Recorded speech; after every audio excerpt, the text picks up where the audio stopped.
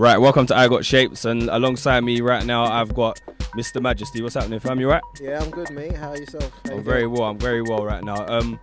I didn't know how to address you there. Was it DJ Majesty, producer, or top promoter?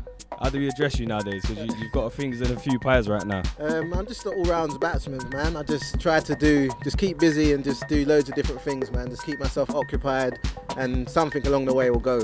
Wicked, wicked. Right then, let's start on the DJ front. That's what I'd say you're the most. Would you say you're the most known as a DJ? At the moment, yeah, I'd probably agree with that. Yeah. All right, wicked. So look, it's ringing. Who's ringing, y'all? by the way, it's the night before Siesta, so we might not get a full interview here. Sorry about that. That's all right. Right. So as we were saying, the DJ in front right now. How many years would you say you've been in the house scene roughly? Be DJing house. I've been listening to it for quite a while, but actually DJing, I'd say it's about 2008, so it's about 6 years. Yeah, nice. And in that journey, what have you seen change? Because you've obviously started off just doing London clubs, things like that. What's the journey? What have you seen along that journey in the 6 years? As a DJ? As a DJ. Well, obviously there's a lot of integration that's gone on in regards to people that would only go to, let's say, places like Fuse, Crash, things like that, and it's kind of intertwined into people that go to raves such as like House Passion, House of Silk, those sort of raves. So it's almost an amalgamation of the two together. So I think that people have found it a lot. At first, I think they found it like, wow, it's a bit of a hostile crowd. But then I think they realised that majority of the people are just there to have fun, enjoy themselves, and just party. So like everyone just goes to every dance now. So along your DJing journey, you've obviously changed. Like every DJ changes, not genre, but the type of sound they're playing. Right now, you've gone more into the tech sound, the techno sound, yeah? Yeah, 100%. Well, that's just based on, I think, obviously, in anything you do, if there's no progression or no growth, then why are you even doing it? So you got to transcend, you got to grow. But I'd say the main reason for that is obviously a lot of the production that I hear now from a lot of the new producers is very, very samey. So it's more or less a lot of the same sounds, a lot of high frequency bass tracks. Yep. It's got a strong garagey feel, and that's just not for me. I think that's for the newcomer to house music. If you just got into it, then I think that's the sound that people generally, want to hear, because that's what's familiar to their ear already. They've heard garage, they've heard a bit of funky, and it sounds similar to that. It's got that unfinished production sound to it. Yeah, for me, that's just not the way forward. How long have you been producing? Because I remember a tune. I got a vinyl back in the day. Your Pac-Man remix, the Melody remix. So how long have you been producing? That was. Would you say that was producing back then, or was you bootlegging? Nah, I'm bootlegging. Well, that's just like what we'd call now an edit, isn't it? Yeah, so, a remix. Yeah, so it was just like a little edit back then, but I wouldn't say that was the better days of my production skills. No. Alright, so when have you started producing? Let's say since you've been DJing house, how long have you been producing now? Well, obviously I've been making tracks all that time, so producing house, my first track I can tell, that was when I actually first gave it a go. I think that was 2011. Okay. So it wasn't long afterwards, just like 3 years. So. And how long did you, honestly say you started seeing results, not just, tunes you actually started to probably feel, or other people would feel, or labels would start to notice? How long was that transition? Well, that track actually got signed within 24 hours of me putting it up on SoundCloud. So the first one? Yeah, straight away. I made it on the Sunday, and then by Tuesday they sent me the licensing form, and that was it. And that was quite a big German label, Rock the Bird. So that's impressive. I fell on my feet there. I was quite lucky there. That's good. All right, so let's forward to now then. You're making more of the tech sound as you're DJing as well. How's that going at the moment?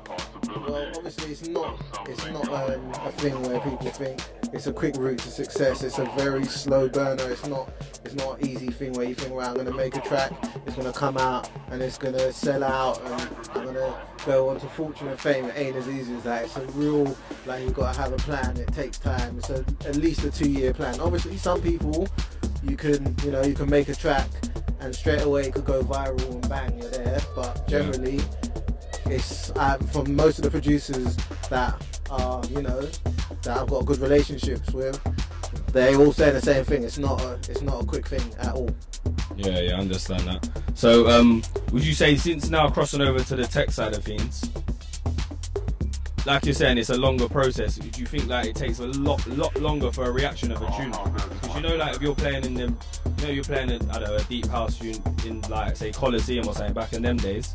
Like you can drop a tune, everyone just goes mad and wild. But see with these sounds now, it's a bit more of a gradual sound. You know what I'm trying to say? Are you talking about in regards to in the mix, or in regards to the promotion of it? You mean? Both sides, because when you drop a tune and you know, sometimes tech tunes they don't get the reaction of what a deep house tune would get, because it's not, sometimes it's not the same drop, it's not the you know? big impact drop. Yeah, exactly. So is it a lot longer process in terms like that as well for the tune to get noticed? Or I think that's all based on the listener and the type of crowd that you're playing to. Yeah. Obviously, if you're playing to a crowd, a seasoned house listener, they know what to expect. That it's going to have a build up, it's going to have a lot of ambience, yeah, it's going to have a lot of breakdowns in it, and then it just transcends. But with the deeper stuff that you're talking about, is more about intro, breakdown, big drop, and then it kind of stays in that loop, in that rotation, which is it's not the hardest thing to make. It's not surprising as a producer.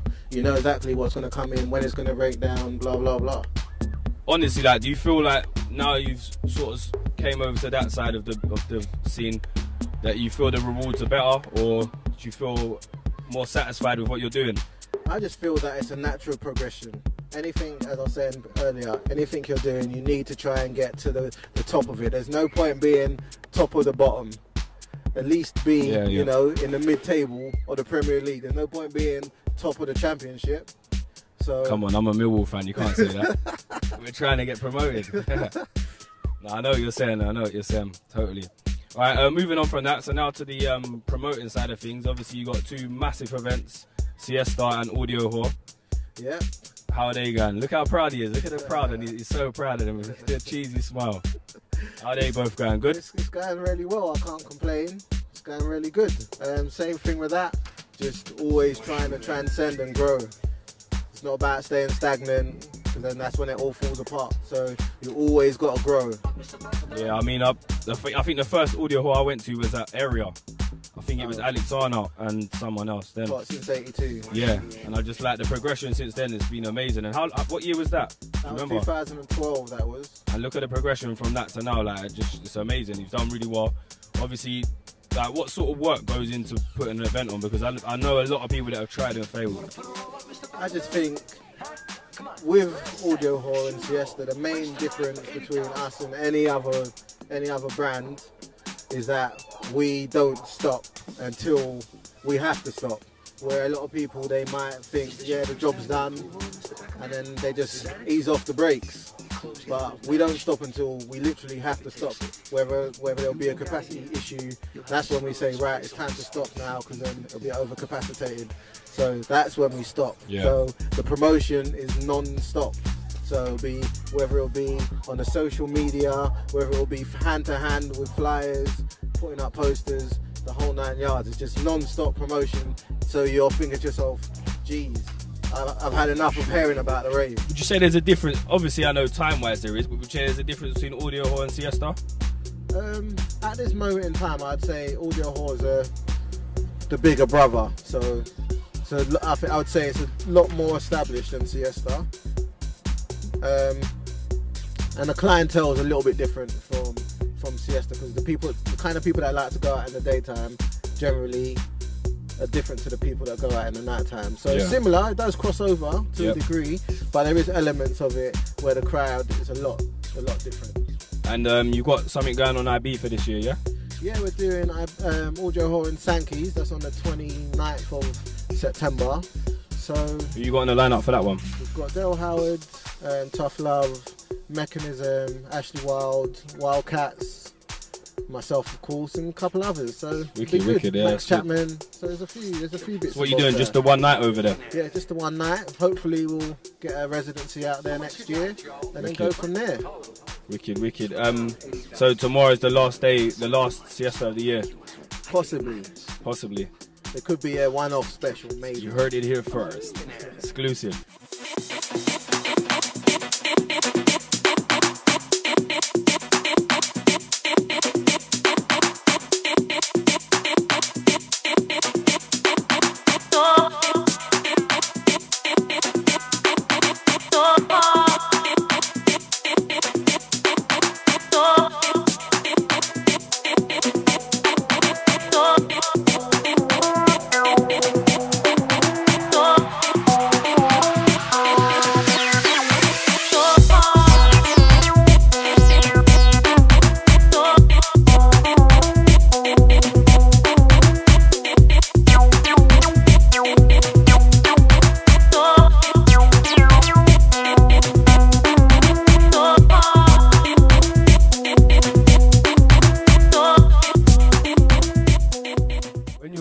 Booking DJs, what are you looking for? Because your lineup changed a lot from the beginning to where we are now. So when you're booking these DJs and producers, what is it you're looking for?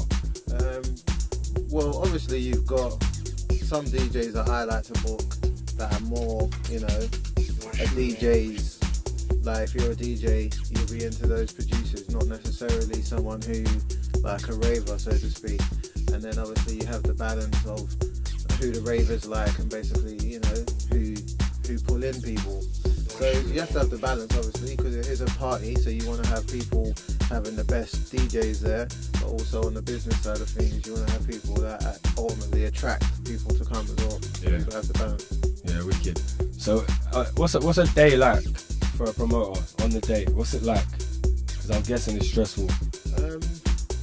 In the beginning, it was very stressful, but obviously now we've got systems in place like any business. Once you've got things in place and people know what they're doing, it just runs itself. Everything's quite straightforward now. And before it was, you know, like very hands-on, but now I realise you can't do, you're only one person, there's only so much you can do as one. So you delegate, and obviously got a bit more, you know, expenditure around, so we can actually pay people to do things that you know, we're trying to cut costs and save money on before. Yeah, understand that.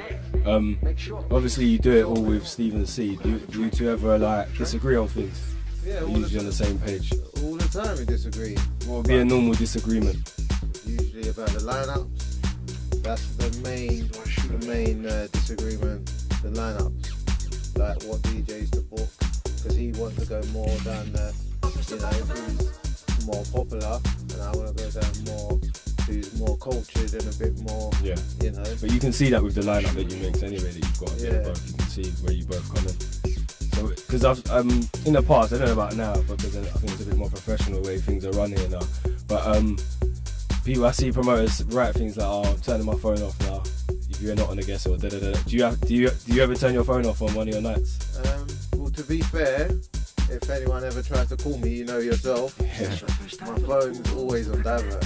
So I never really have to deal with the stress of people trying to contact me, because I just reply to whoever I want to speak to. What, is that every day your phone's on divert? Every day my phone's on divert. Your missus loves that a bit. I called a couple of my pals that I'm coming to do an interview with her, and they said, "Oh, you got to ask this." What do you think I'm going to say? I don't know. It was about 2 weeks ago, Twitter. And some people didn't take it the right way. I saw what you was doing and the banter side of it for the whole audio rehab thing and all that. Oh. Well, what you got to say on that, Martha, for the people that misread it? I don't know, really. I'd rather just not. It was what it was. It does what it says on the tin. That's all sorted out now. You spoke to Radford and you're all sweet and that? Yeah, everything's cool. Last of all, you got IB. When's IB for? Monday, yeah? Monday the 29th of September. Ricky, looking forward to that? It's a bit up in the air for me, but I'm looking forward to it. Why? What's that? Because most of the time, you know, when we go into the party, we know, right, we've sold X amount of tickets, so we know X amount of people are going to turn up. With the IB thing, it's a bit more, almost like a pay on the door thing, because it's in another country, so people are flying in and out of the country, so it's more or less who's there on that week or even on that day, so to speak. So it's a little bit more nervy for me, but on the whole, Yeah, I'm excited. Yeah, I mean, you got a wicked venue, obviously, and the lineup's wicked as well. So yeah, I think it'll do well. Yeah, I think it'll do well. Even if it doesn't go like how I always want it to go, like sold out, blah blah blah. It's still good for the branding, and it's just a good experience. So sometimes there's no cost on that. Yeah, exactly, wicked. Alright, well, big up yourself, and big up everything you have that you're going down with, like the label and the events that you're doing well, bro. And keep up, man. Yeah, you too, man. Big up, I got shades. Big up, Majesty. We're gone.